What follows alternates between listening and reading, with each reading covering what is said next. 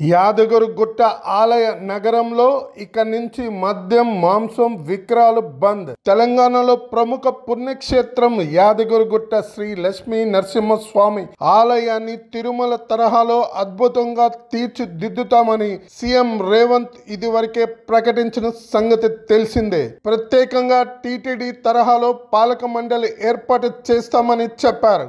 తాజాగా యాదగిరిగుట్ట ఆలయానికి 18 మంది సభ్యులతో పాలక మండలిని ఏర్పాటు చేసేందుకు ప్రభుత్వం సిద్ధమైంది. The Telangana charitable and Hindu religion institution and endowments amendment బిల్లుకు అసెంబ్లీలో మంగళవారం ఆమోదం తెలిపాయి. గవర్నర్ ఆమోద ముద్ర అనంతరం పాలక మండలిని ప్రభుత్వం ఏర్పాటు చేయనున్నది.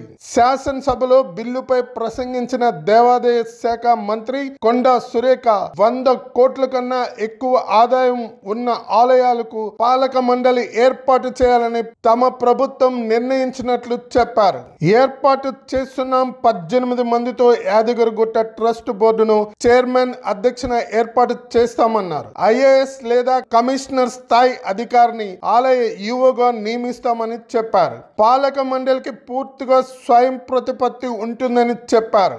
శాశ్వత ధర్మకర్తలకు సభ్యత్వం ఓటు హక్కు కల్పించనున్నట్లు వెల్లడించారు. ఒక్కొక్కరు చొప్పున ఎస్సీ ఎస్టీ మహిళా సభ్యులు నియమిస్తామని బోర్డు కాల పరిమితి 2 ఏళ్లు ఉంటుందన్నారు. ప్రస్తుతం యాదగిరిగుట్ట దేవస్థానానికి ప్రతి ఏడాది 224 కోట్ల వార్షిక రాబడి వస్తుందని మంత్రి సురేఖ వెల్లడించారు. 1241 ఎకరాల భూమి ఉందని, దీన్ని ఆలయ నగరం టెంపుల్ సిటీగా మారుస్తామన్నారు. టెంపుల్ సిటీ పరిధిలోకి 3 మున్సిపాలిటీలతో పాటు 3 గ్రామ పంచాయతీలు 6 గ్రామాలు వస్తాయన్నారు. తిరుమల తిరుపతి దేవస్థానం టీటీడీ తరహాలో యాదగిరిగుట్ట ఆలయం నగరంలో జంతువధపై పూర్తిగా నిషేధం ఉంటుందన్నారు. టీటీడీ తరహాలోనే జంతువధ, మద్యం మాంసం విక్రయాలు, లైసెన్స్ లేని విక్రయాలు, పాచికల ఆటలపై నిషేధం ఉంటుందని చెప్పారు. ట్రస్ట్ బోర్డు విద్యా సంస్థలను ఏర్పాటు చేస్తుందని, హిందూ ధర్మాన్ని ప్రచారం చేయడం,